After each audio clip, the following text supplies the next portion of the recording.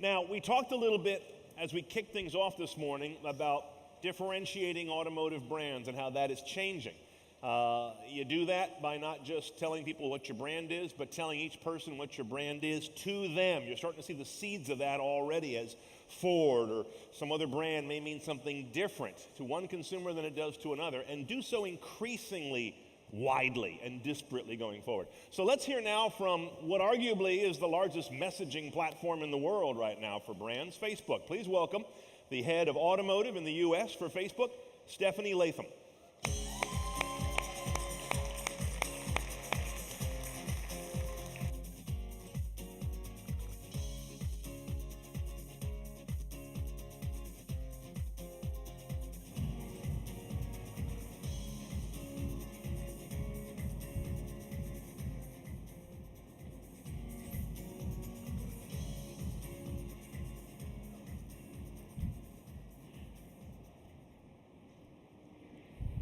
Don't steal the thunder. Thank you. Good morning.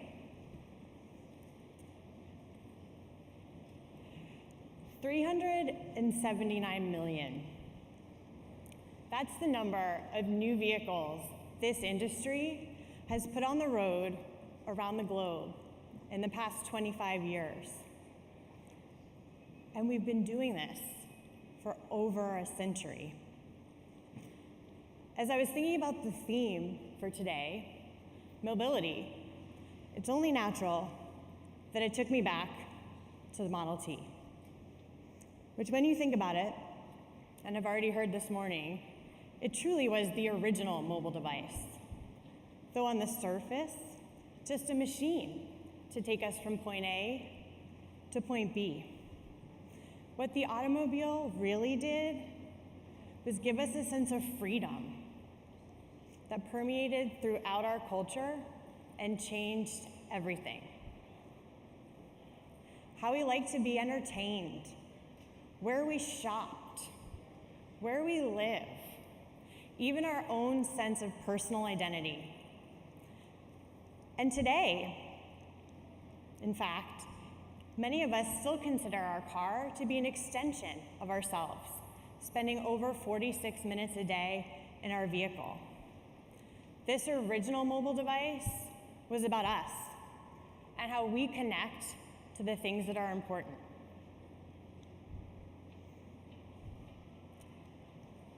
$1.4 billion. That's the number of smartphones sold just this year. Today, we have a new mobile device, one that's expanded our idea of mobility into areas of life hard to imagine even just a few years ago. Soon, what the automobile did for the entire world this past decade, the phone will do for our entire planet in the next decade.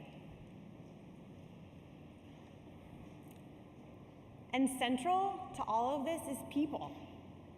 In just the past 5 years, we've seen entire industries, including our own, find the old ways of doing things to be challenged, if not made obsolete.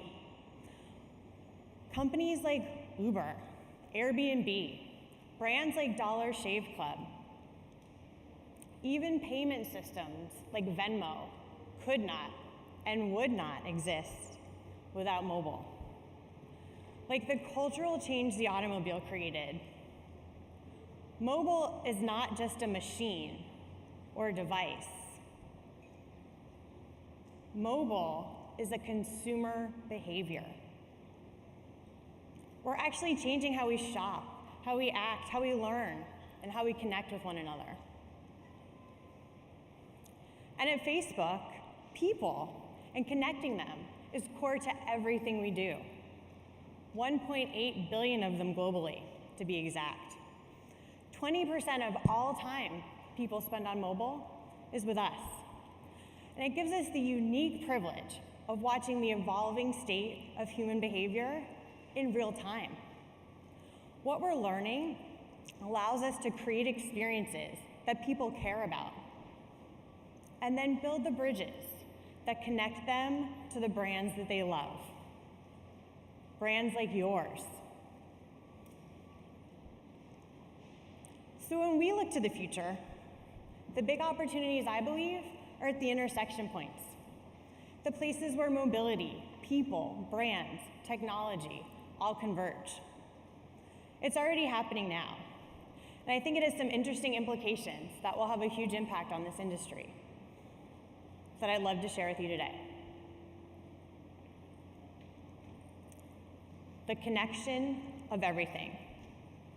We're living in a world of connected devices.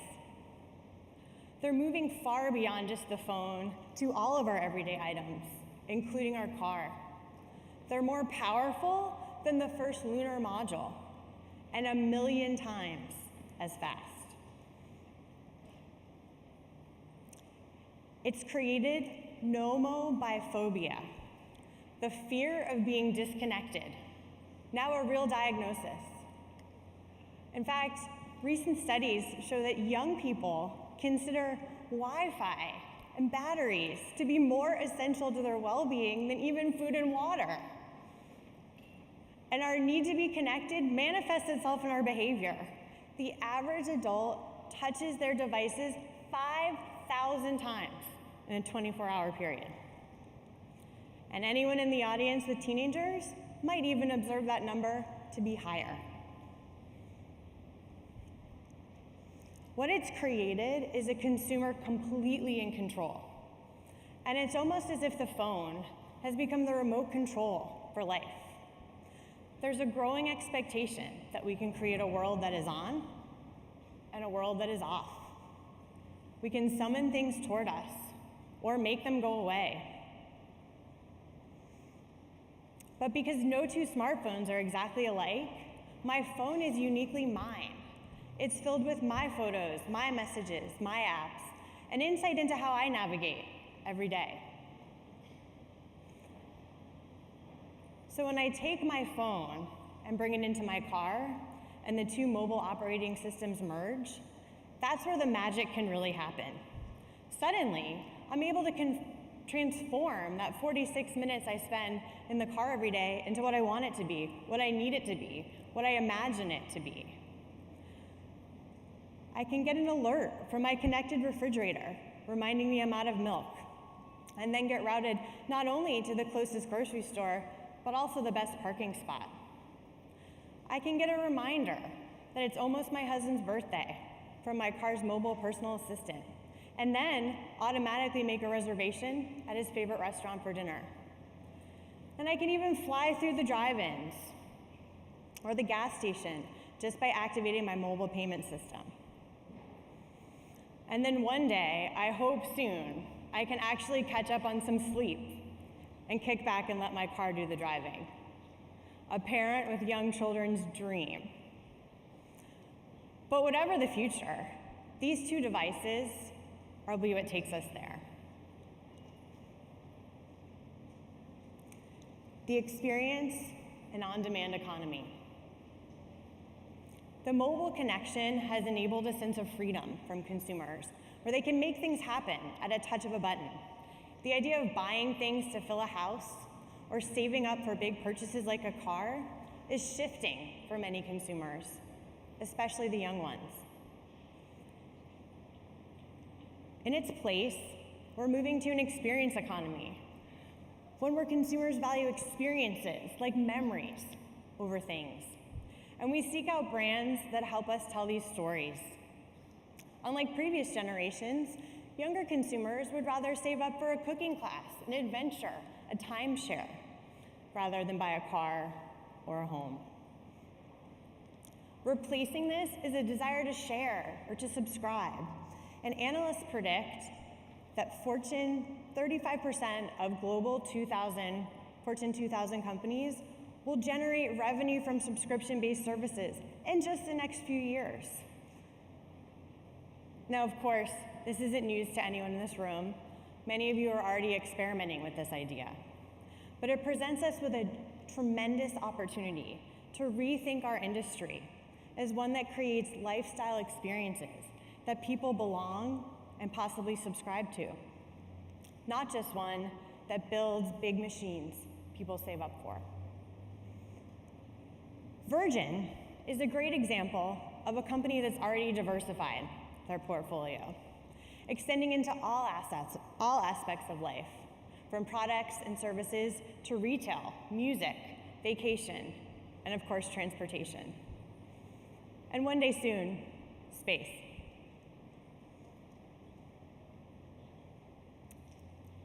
Mobile-first customers. Mobile has given people access to information, reviews, comparison shopping, all on demand.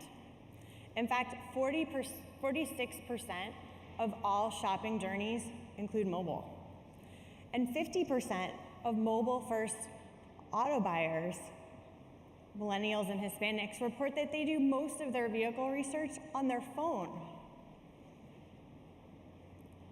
And here's the kicker.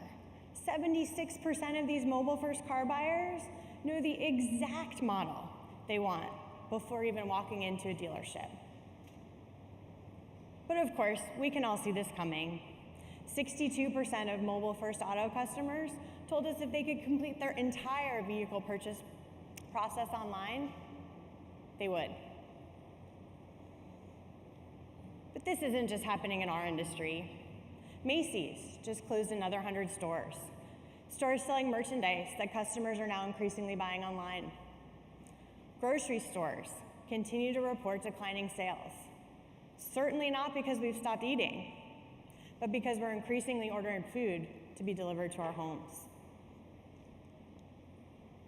What it's created is the mobile-first, almost virtual customer, one who spends a lot, if not more, than the traditional brick-and-mortar variety. Retail mobile apps are scrambling to develop virtual dressing rooms.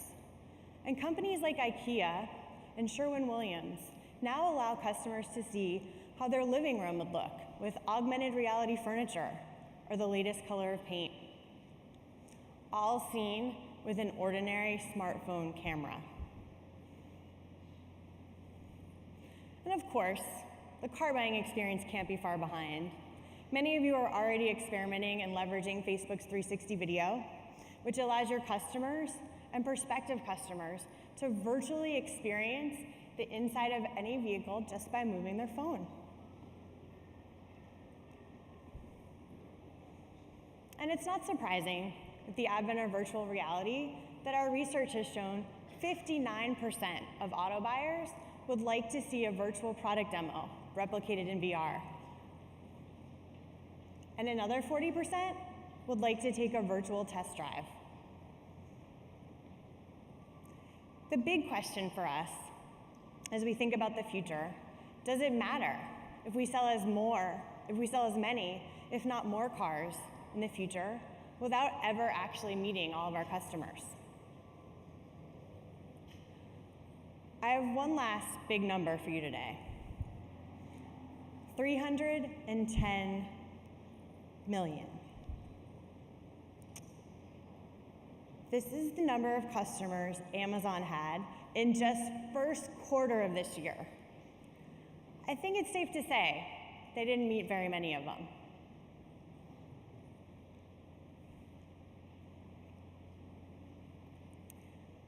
So where does this leave us? What does this mean for an industry that's built on influencing one of life's most important and personal decisions, and driving cars off lots? I think it leaves us right here with a huge opportunity that lies ahead.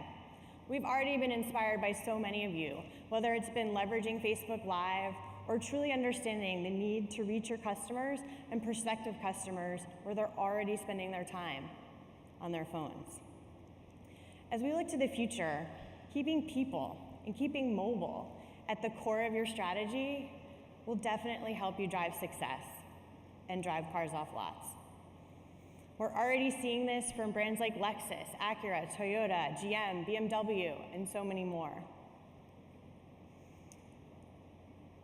So as we look towards the future, I'd love to leave you with one last sentiment, something we say a lot at Facebook, and we actually have posted around our campus as a reminder for the future.